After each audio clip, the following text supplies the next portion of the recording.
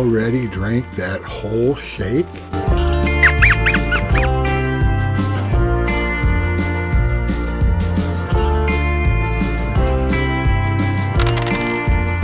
I trimmed a piece of emerald off of this large piece of hydrothermal lab-grown Colombian colored rough that I have. I will have one piece for a pear-shaped emerald, which Boopie wants, and a smaller trim piece left over for some kind of rectangular shaped emerald, which I'll cut in the near future. Boopie wants a pear-shaped emerald, and I really want to cut a new pear-shaped design. New, as I define it, means that it's one pear-shaped design that I've not recently cut. However, Boopie really likes Allan's Challenge, a design created by Arya Akvan, which I have cut before for her.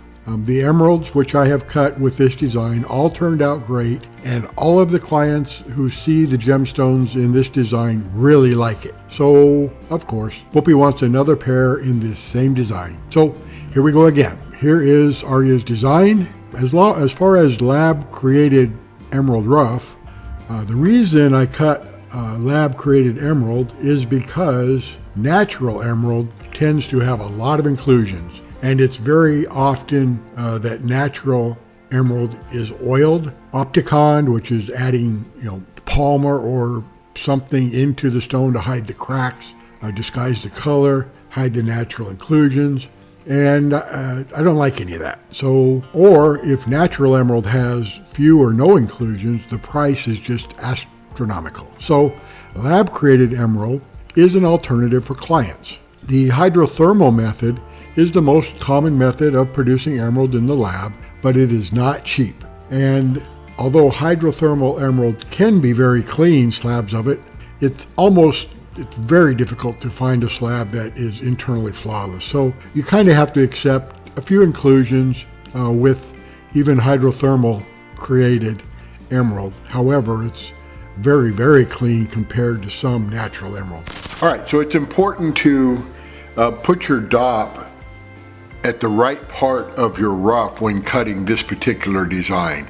And the way to do it is the round part of your pear, the back half circle is just the same as a round stone. So your width of your stone is going to be the width of that half circle.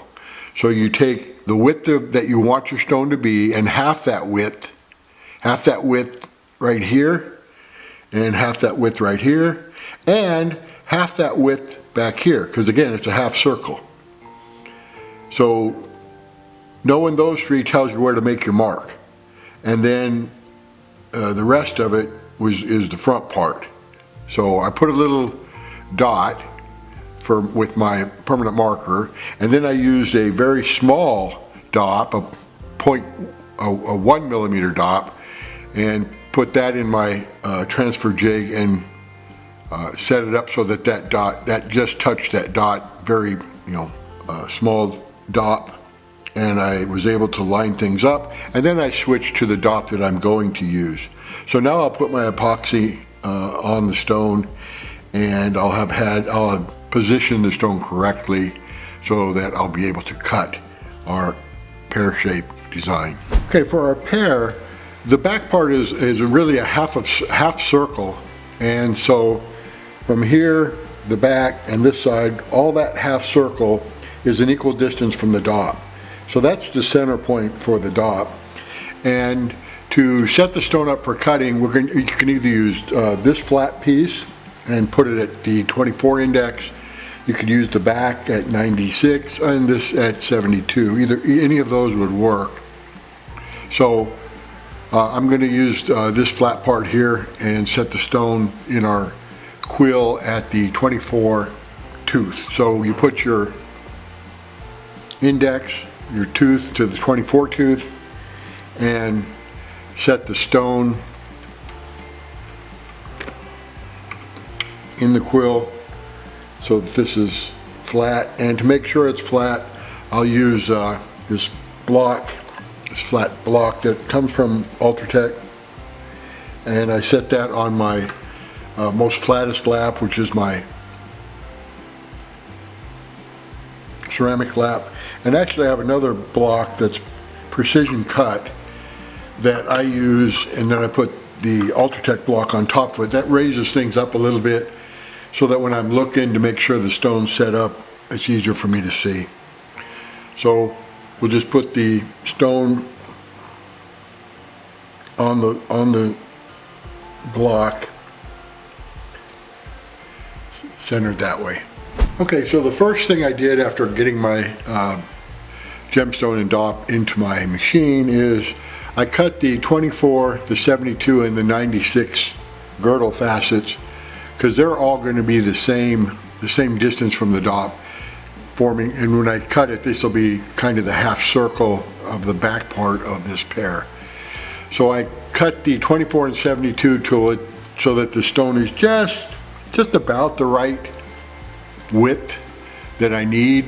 It's a little bit larger right now, but I'll kind of walk it into the right width as I work through my different laps. And the length will adjust itself by working all the other facets. So now that I've got the width of our stone set, now I can go through the cutting sequence per the instructions. Okay, I've preformed our emerald with my 240 grit diamond topper lap. 240 was not too aggressive. It didn't cause any substructure damage to our stone. And so now I'm going to go to the 600 grit lap and go over these facets again. And I only went over the first row of facets. I haven't worried about the other tiers because they're smaller facets and they're going to cut quick. So I can cut those with finer grits. Okay, I've gone over the pavilion of our emerald with a 12M lap, which is a 1500 grit lap. And so everything's pre-polished very nicely. So now I'll polish it with cerium oxide in my creamway lap, and then we'll be ready to cut the upper half of the stone. Okay, I finished polishing the pavilion of our emerald, and I used the creamway lap and cerium oxide. It polished right up. So I'll transfer the stone and start cutting the upper half. Okay, when I finished the facets along the crown with my 600 grit topper, I then went to go ahead and pre-polish the table. I normally don't do the table in the middle of working the crown, but Arya's instructions call for that, and I believe it's going to help me later because there's some facets up towards the point here that are very small, and by having the table kind of already in place, it'll help me line up those facets. So I went ahead and did the table, and then I went over it with my 12M, about a 1500 grit lap, and now I'll go back and continue to work the rest of the crown now that I've got my table pretty well pre-placed. I finished polishing the upper half of our emerald with cerium oxide and the creamway lap, and now I have to, the only thing remaining is the table. So I'll set up my Ultratech machine to cut the table and polishing the table. I have finished polishing the table of our emerald, so now I will soak it in the acetone to remove the two-part epoxy. Now I do have a product called Attack that I bought recently. I could soak it in that, and Attack dissolves epoxy, the two-part epoxy, much quicker than acetone. However, it's pretty nasty stuff, so I'm just going to use my acetone and dissolve the two-part epoxy. Then we'll weigh the stone, measure it, and send it off to BOPIE. In this video, BOPIE, my wife, wanted yet another pear-shaped emerald cut from the slab of Colombian colored hydrothermal emerald rough that I currently have. I wanted to cut a different pear design, but BOPIE wanted another of Arya's Allan's challenge design, which clients really seem to like this design, so good job, Arya. Pear-shaped designs are not the easiest shape to cut, so I would not recommend this cut for a brand new cutter. But for a cutter who has a few gemstones under his or her belt, I think you will enjoy cutting Arya's design. And if you do cut Allan's challenge, please drop me a note and let me know your thoughts. And as always, happy fastening, everyone.